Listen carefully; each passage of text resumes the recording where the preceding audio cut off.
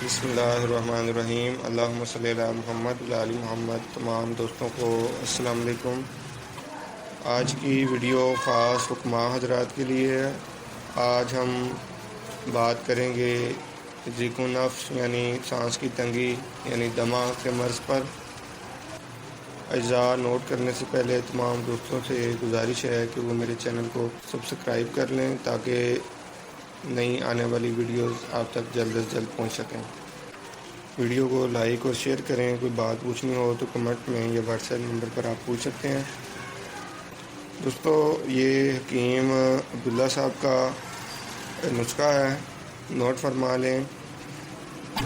جتنی دوا بنانا مقصود ہو آپ نے اتنی پھٹکڑی لے لینی ہے اور اسے پیس کر کسی برتن میں ڈال کر اس میں مدار یعنی آگ کا دودھ، جسے پنجابی زبان میں اک کہتے ہیں، وہ ڈالنا ہے۔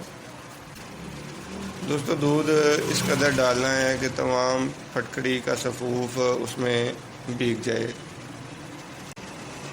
اب اسے سایہ میں رکھ لیں خشک کرنے کے لیے۔ جب یہ خشک ہو جائے تو دوبارہ اس میں مدار کا دودھ ڈالنا ہے۔ یہ پروسیس آپ نے 3 دفعہ کرنا ہے، یعنی کہ 3 دفعہ دودھ ڈالنا ہے اور خشک کرنا ہے۔ اس کے بعد ایک مٹی کا کوزہ لیں، اس میں یہ صفوف ڈال کر گل حکمت کر لیں اور 7 عدد اوپلوں کی آگ اس کو دینی ہے۔ یہ سفید رنگ کی دوا تیار ہوگی۔ اگر دوا کا رنگ سفید نہ ہو تو ایک مرتبہ دوبارہ گل حکمت کر کے آگ دے لیں۔ جب دوا کا رنگ سفید ہو جائے تو اس کو باریک پیس کر سنبھال لیں۔ اس کی مقدار خوراک 2 رتی ہے۔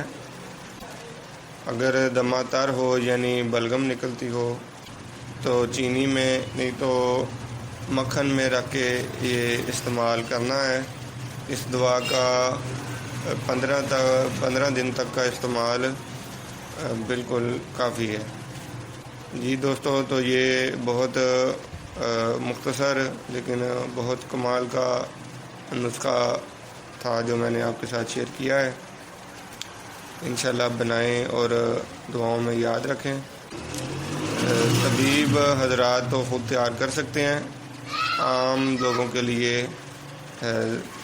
اگر مشکل پیش آئے، کسی بھائی کو تیار شدہ دوا منگوانی ہو تو آپ واٹس ایپ نمبر پر رابطہ کریں، تیار شدہ دوائی بھی مل جائے گی۔